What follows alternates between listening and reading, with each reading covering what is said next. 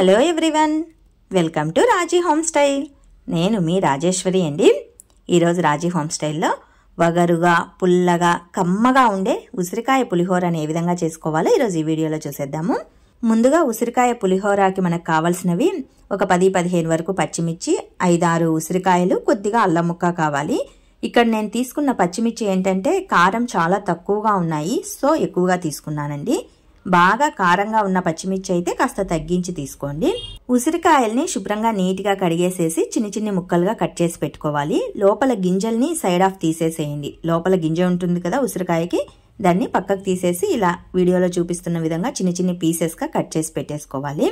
ఉసిరికాయ తినటం వలన రోగ నిరోధక శక్తి అనేది పెరుగుతుందండి. మనకి ఏదైనా జబ్బులు పాడు వచ్చినా కూడా ఆ జబ్బుల నుంచి రక్షించే గుణం ఉసిరికాయకి ఎక్కువగా ఉంటుంది. హెయిర్ గ్రోత్కి కూడా మనం ఉసిరికాయని ఎక్కువగా ఆహారంలో తీసుకోవచ్చు. ఇలా చిన్ని ముక్కలుగా కట్ చేసుకున్న తర్వాత ఒక చిన్ని మిక్సీ జార్ తీసుకొని అందులో ఆ పీసెస్ని వేసుకొని అల్లాన్ని కూడా చిన్నగా కట్ చేసి వేసుకొని మనం తీసుకున్న పచ్చిమిర్చిని కూడా శుభ్రంగా కడిగేసి మిక్సీలో వేసుకొని కొద్దిగా ఉప్పు వేసుకోండి. మన టేస్ట్కి సరిపడా ఉప్పు వేసుకోవాలి. రైస్లో వేసి ఉంటాము, కానీ దీనిలో కూడా కొద్దిగా ఉప్పు అనేది వేసుకోవాలి.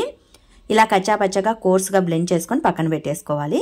స్టవ్ పైన గుంతపాటి పాన్ పెట్టేసి అందులో ఒక 3 to 4 టేబుల్ స్పూన్ల వరకు ఆయిల్ వేసుకొని పోపు దినుసులు అన్నింటినీ యాడ్ చేసుకోండి. ఆవాలు, జీలకర్ర, ఉద్దిపప్పు, శనగపప్పును వేసుకోవాలి. 4 ఎండుమిర్చి ముక్కల్ని, ఒక 5-6 పచ్చిమిర్చి ముక్కల్ని రెండింటిని యాడ్ చేసుకోండి. ఇందులోనే ఒక గుప్పెడుమైన పల్లీలను కూడా వేసేసుకోండి. టేస్ట్ అనేది బాగుంటుందన్నమాట. ఇందులోనే ఒక 2-3 రెమ్మలమైన కరివేపాకు ఆకులను కూడా వేసుకొని వీటిని అన్నింటినీ దోరగా వేగనివ్వాలి.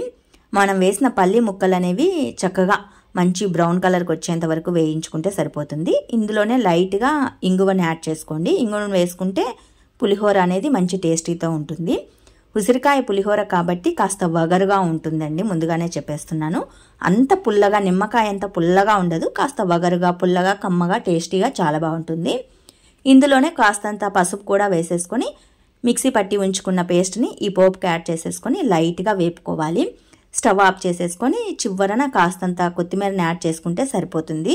ఎక్కువసేపు వేయించొద్దండి, మాడిపోతుంది. లైట్గా వేపుకుంటే సరిపోతుంది. తడి అనేది ఏమీ లేకుండా వేపుకుంటే సరిపోతుంది.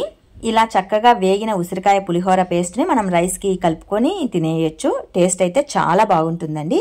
మీకు ఏదైనా పులిహోర పేస్ట్ మిగిలిందంటే బాక్స్లో వేసుకొని స్టోర్ చేసుకోవచ్చు. నిల్వ కూడా ఉంటుంది, ఏం పాడవదు. అప్పటికప్పుడు ఏదైనా చద్దన్నం మిగిలినా చద్దన్నంలో కలుపుకొని అయినా తినేయచ్చు. అంత బాగుంటుందన్నమాట. చాలా టేస్టీతో ఉంటుందండి. ఉసిరికాయలు తినటం వలన మన హెల్త్కి చాలా మంచిదండి. ఉసిరికాయల్లో బోల్డ్ అన్ని హెల్త్ బెనిఫిట్స్ ఉన్నాయి. మెయిన్ ఏంటంటే రోగ నిరోధక శక్తిని పెంచుతుంది. బాడీ అనేది ఎటువంటి జబ్బుల బారిన పడకుండా కూడా చూస్తుంది. లేడీస్కి అయితే హెయిర్ గ్రోత్ పెరగటానికి కూడా యూజ్ అవుతుంది. ఉసిరికాయతో బోల్డ్ అన్ని రెసిపీస్ చేసుకోవచ్చండి. ఊరగాయ, పులిహోర, రసము, ఇలా బోల్డ్ అన్ని రెసిపీస్ చేసుకోవచ్చు. నేను ఆల్రెడీ కొన్ని రెసిపీస్ చేశాను. ఆ వీడియో లింకులను డిస్క్రిప్షన్లో ఇస్తాను. మీకు ఇంట్రెస్ట్ ఉంటే చూసి చేసుకోవచ్చు.